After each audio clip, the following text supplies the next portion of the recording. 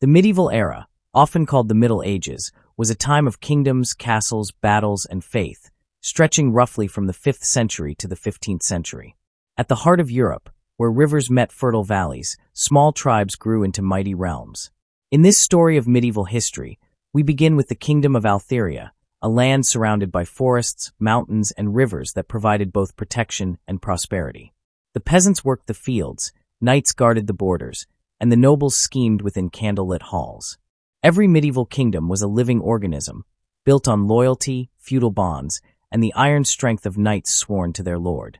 Yet within this apparent order lay the seeds of betrayal, ambition, and bloodshed.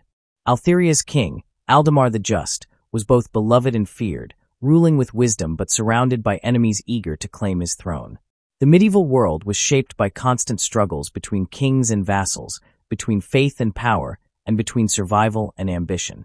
To understand the rise and fall of kingdoms, we must walk the path of knights, hear the prayers of monks, feel the weight of swords, and enter the world where honor was life itself. Daily life in Altheria reflected the reality of medieval history. Castles rose high above villages, their stone walls towering like mountains of power. Inside, lords held feasts, planned battles, and pledged loyalty to the king. Outside, peasants worked from dawn to dusk, plowing fields, tending livestock, and paying taxes to their overlords. In this medieval story, the village of Elder became a symbol of resilience. Its people lived in thatched cottages, cooked simple meals of bread and stew, and relied on blacksmiths, bakers, and weavers to keep life moving. Festivals were rare moments of joy, filled with music, dance, and faith-driven rituals, for religion was at the heart of the medieval world. Monks copied manuscripts, priests gave sermons, and cathedrals reminded all of the divine order above kings. Yet life was never easy. Famine, disease, and war often struck without warning. Knights patrolled to protect trade routes, but bandits lurked in forests, and rival lords threatened to invade. Still, amid the hardships, people held fast to hope and faith, believing that loyalty and courage could carry them through the darkest times of the Middle Ages. Knights were the heart of medieval warfare, sworn by oath to serve their king and uphold the code of chivalry.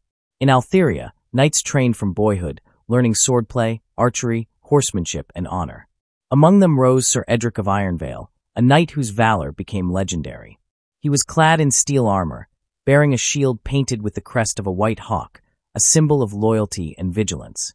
The medieval knight was more than a warrior. He was a symbol of justice, faith, and feudal strength. Sir Edric led men into battle, protected peasants, and defended the borders against raids. Yet, like all knights, he carried personal struggles, his loyalty tested between his duty to the crown and his love for a village healer, Elira. Their story reflected the tension between duty and desire in medieval history. Knights represented the military strength of the kingdom, but they also lived within a fragile balance of honor, sacrifice, and human longing.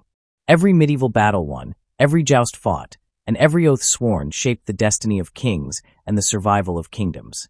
Castles were the beating heart of medieval power, both fortresses of defense and symbols of authority. In the kingdom of Altheria, the grand castle Draemir stood atop a cliff, overlooking rivers and forests below. Its stone walls were thick enough to resist siege weapons, while towers gave archers a vantage point against invading armies. The medieval castle was more than military, it was political. Inside, lords held councils, nobles plotted alliances, and the king judged disputes. Tapestries lined the walls, torches lit long corridors, and banquets echoed with laughter and whispers of intrigue. Yet, castles were also prisons of ambition. Behind closed doors, alliances were forged and broken, secrets were kept, and betrayal brewed like poison. In Castle Draemir, King Aldemar ruled wisely, but faced constant challenges from jealous barons and rival lords. The medieval world was built upon shifting loyalty, and castles stood as both shields and traps. Siege warfare, with catapults, battering rams, and fire arrows, was a constant threat. Thus, every stone of a castle told a story of survival, power, and the fragile bonds of feudal society. The peace in Altheria did not last long. Beyond the mountains, the rival kingdom of Mordril prepared for war. Its king, Ulric the Cruel, sought to expand his territory, believing Altheria's fertile valleys belonged to him by right. The medieval age was an age of constant warfare, and borders were drawn not by treaties but by blood. Scouts carried news of Mordril's armies marching, banners flying black and red. King Aldemar gathered his council, summoning lords and knights to prepare for battle. The peasants feared invasion, fortifying villages with wooden palisades and fleeing to the protection of castles. War was a devastating reality in medieval history. Crops burned, families displaced, and fields turned into battlefields. Yet war was also the stage where legends were born. Sir Edric swore to defend Altheria with his life, while Elira prayed for his safe return. Medieval warfare was brutal, with swords, lances, axes, and longbows filling the air with death. Every clash was not just about victory, but survival, honor, and the legacy of a kingdom. The drums of war now echoed across Altheria, announcing the storm to come. The Battle of Blackwood became one of the defining moments in medieval history. On a foggy morning, Altheria's knights rode into the forest where Mordred's army waited. Shields clashed, swords rang, and arrows rained from the skies.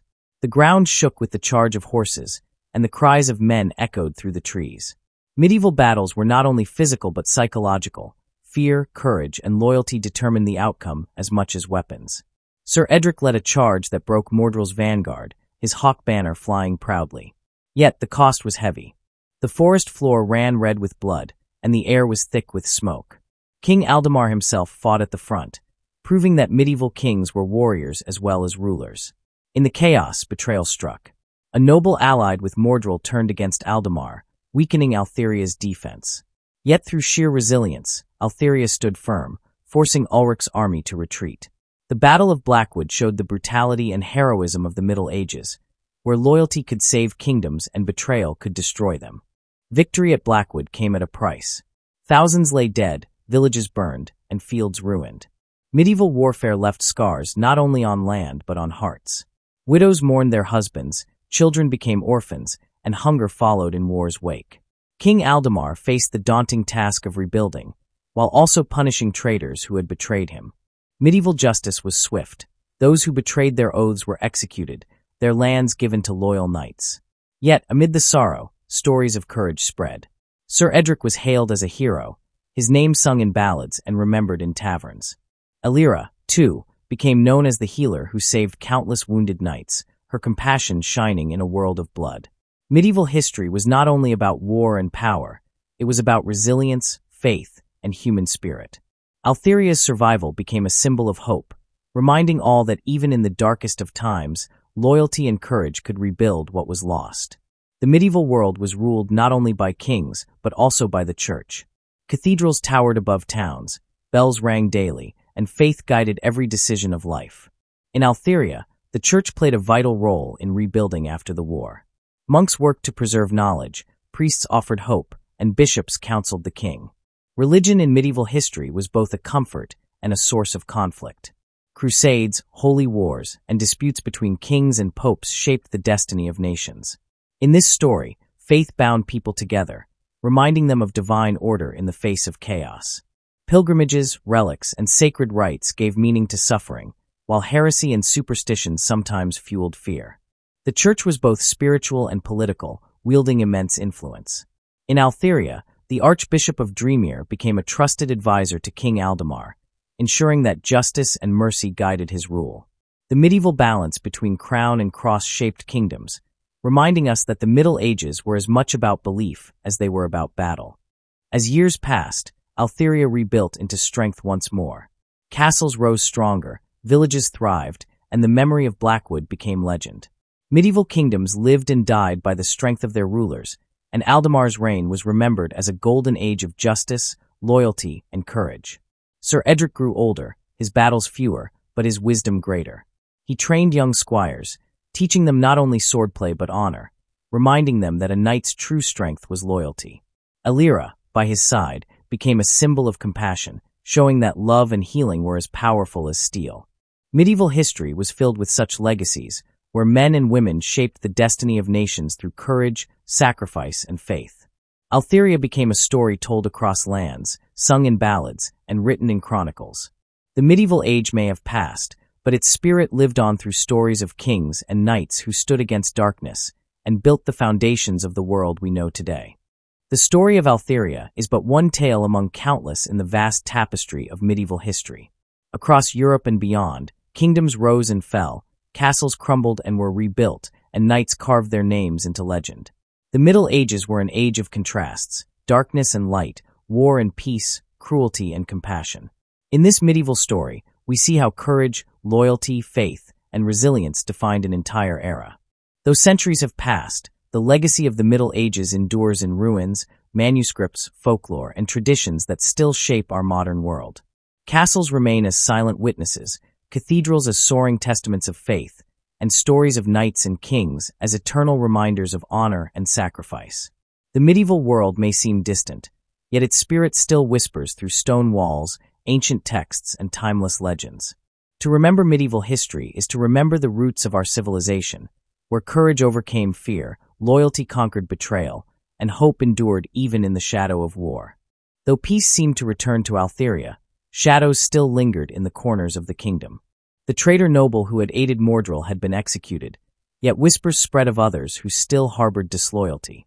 Medieval history teaches us that betrayal often grows like weeds in a fertile field, sprouting where ambition and greed are unchecked. In castle halls, secret letters passed hands, sealed with unknown crests, carrying messages of hidden alliances. Sir Edric, now a trusted commander, uncovered rumors of a plot against King Aldemar. He roamed taverns in disguise, hearing peasants murmur about nobles who hoarded wealth and questioned the king's strength. The healer Elira, tending to wounded soldiers, heard confessions from dying men who claimed they had been bribed by lords to abandon their posts. The medieval world was built on loyalty, but every bond was fragile. One broken oath could destroy a kingdom, as knights torn between duty and ambition often chose paths of ruin. The tension between trust and treachery grew heavier, reminding all that even in times of apparent peace, danger lurked in the shadows. While Altheria healed its wounds, far beyond the eastern seas, new forces stirred. Traders spoke of a rising empire across the horizon, its warriors armed with strange curved swords, its ships swift as falcons. Medieval history is filled with the clash of civilizations, and Altheria's fate would soon be drawn into the web of distant powers.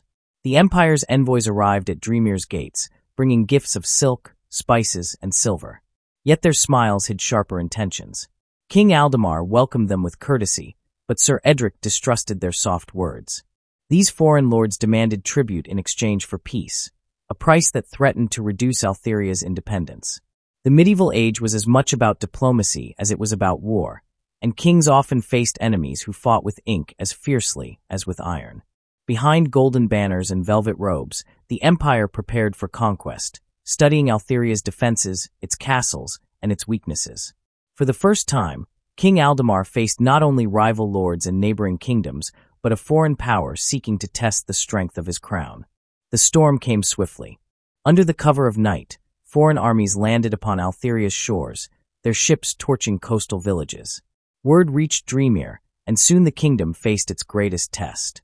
Siege warfare defined the medieval age, and now Castle Draemir itself was encircled. Catapults hurled stones against the walls, while ladders carried soldiers into brutal combat at the battlements. Arrows darkened the skies, striking knights and peasants alike. Inside the castle, fear grew as food stores dwindled. Yet King Aldemar, aged but unbroken, rallied his people. From high towers, banners of the White Hawk flew defiantly, and Sir Edric led counterattacks from hidden gates. Elira tended to the wounded day and night, her hands stained with blood, her prayers whispered into the cold stone halls. Medieval sieges were not only fought with weapons but with patience, hunger, and morale. Weeks passed, and both sides suffered. Draemir's walls held, but famine gnawed at the defenders' spirit. Still, hope flickered, because in medieval history, survival often belonged not to the strongest, but to those with courage unbroken. Just as Draemir's fall seemed inevitable, a stroke of fortune shifted the tide.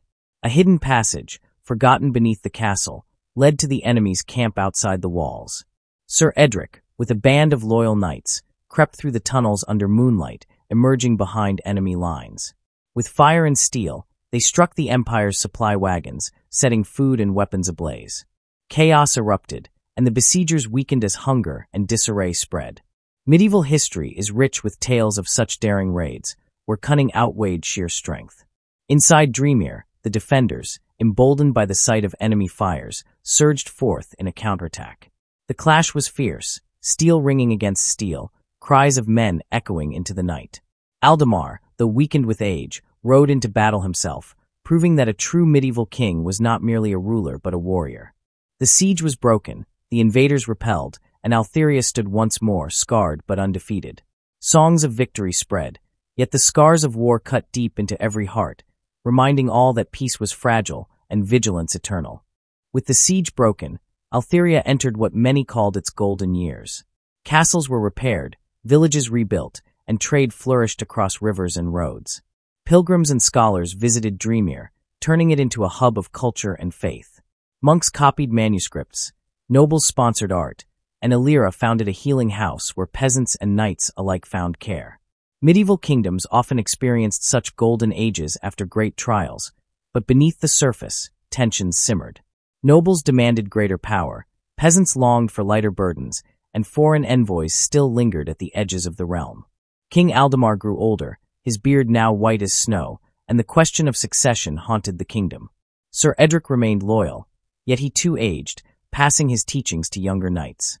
The medieval cycle of rise and fall loomed once more.